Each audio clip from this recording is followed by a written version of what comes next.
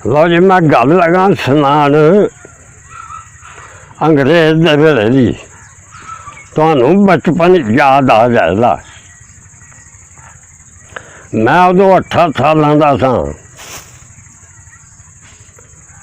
मेरी अम्मा ने मैनूं आख्या भी रोटी खा लै।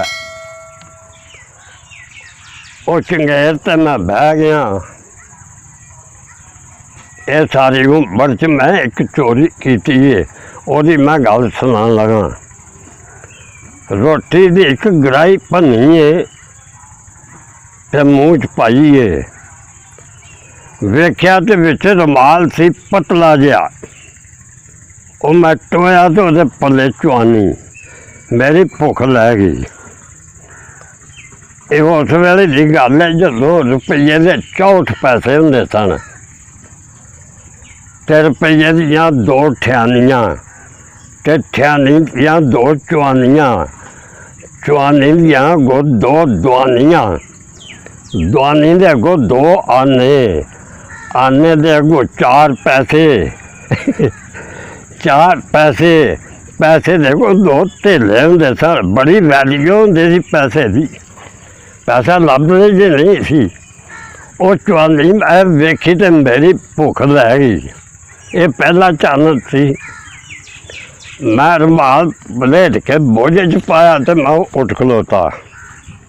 मेरी अम्मा आख्या और रोटी नहीं खाधी। मैं आख्या मैनूं नहीं भुख। उन्हें आख्या ला 12 बजे खा ले ला। मैं निकल गया बाहर।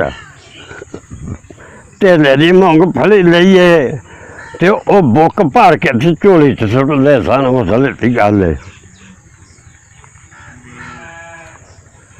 कदे मैं धेला खर्चा, कदे पैसा खर्चा, कदे धेला खर्चा। 12 बजे मैं दवानी खर्चड़ी ते पैसे का पान लभदा सी कि धेले दा। उदों पान मूँह च मैं पाया। 12 बजे मैं घर आया। आके मैं पलंग दे उत्ते चढ़ के बह गया। मेरी अम्मा आई है रोटियां लुआ के तंदूर तो। वो आके ते रोटियां चोपड़न लग पई है। मैनूं आंदी है खा लै। मैं क्या मैनूं नहीं भुख। मेरी माँ ने मेरे चेहरे लों वेख्या, इन्हें वड्डे भी नहीं खाधी, हुण भी पिया भुख ही नहीं। मेरी अम्मा आख्या पान कितों खादा ही। मैं आख्या किसी मुंडे खुआ चढ़िया। माँ मेरी चुप कर रही। उन्हें आख्या चलो इंज भी हो जाता। वो चुआनी ढूंढते रहे ने पिछों। मेरे ते शक ही कोई नहीं थी। मैं चोर सा कच्चा। माँ मैनू जफा मार के थले मंजी से ढालिया ते आख्या थोड़ी जी खा लै। और रुमाल थी रेशमी कोट दे अंदर बाहर। मां नूं रुमाल जिसले लगो चुभा ना, मेरी माँ क्या की आ। मैं आख्या कुछ नहीं, नहीं दस की आ। हौली हौली मैं बूहे वाल मूँह कर लिया चोर जैसा। मैं जिसले मैं क्या छड्डो फिर मैं दसना। मैं कट के रुमाल सुटिया ते आ नसिया। मैं जुम्मे का दिन सी, मैनू बड़ा चेता। अगों बच्चों को छुट्टी हुई सी, वो खेलते सन पे मेरे नाल तगड़े भी। मैं नसिया तो माँ मेरी मगर है। उन्हें आख्या मुड़ियो आ फड़ लो इनू। वो चढ़ चरमेली गई मेरे मगर, फड़ लिया उन्हें। माई आख्या छड्डे उन्हें। आके उन्हें मेरी बांह फड़ ली घुट के। उन्हें आख्या छड्ड दे हुण। माई की पैरी सी जुत्ती गरगाबी साई दी बनी। उन्हें अड्डी आले पंजे आले पासों फड़ ली। लग पई मैनू कुट्टन। उन्हें नहीं वेख्या इहदा मूँह है कि इहदे कन्न ने, कि इहदे बरवट्टे ने, कि इहदा सिर है। मारी जाती है, मारी जाती है। मैं आख्या अम्मा मैं 36 ते पैसे धरे ने। उन्हें आख्या 36 पिछों वेखा ने। कुट कुट के मैनू घर लिया। मेरे बाबा जी वेख के आखले खुदा जन्नत सी करे, आखले कुड़िए छड्ड दे, तू मुंडे दी चंगी सख्ती लिआंदी है। और चवानी सी ना छड्ड भी खड़ा। उन्हें आख्या मामा जी तुसी चुप कर रहो, चवानी दी नहीं है गल, तुसी ना बोलियो। मैं सारी जिंदगी वास्ते इनू करना है कि जिथे भी ये अचानक ऐसा होया तो मैं जुत्ती लैके सामने खलोती होवांगी। मारी जाए।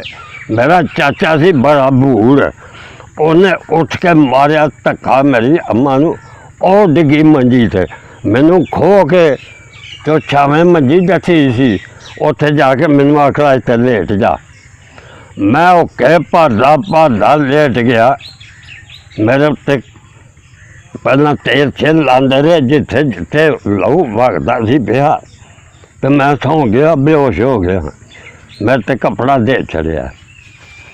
जिस वक्त दीगर का टाइम होया तो मैं पासा परतिया। मेरी माँ वेख्या कि हुण होश आया। माँ मेरी उठ के ना उस तरह जुत्ती फड़ी तो उन्हें आख्या सुना।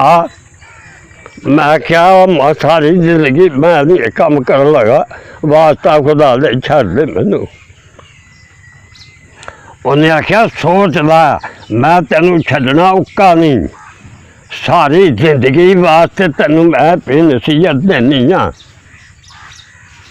जनाब 90-92 साल मेरी उम्र हो गई है।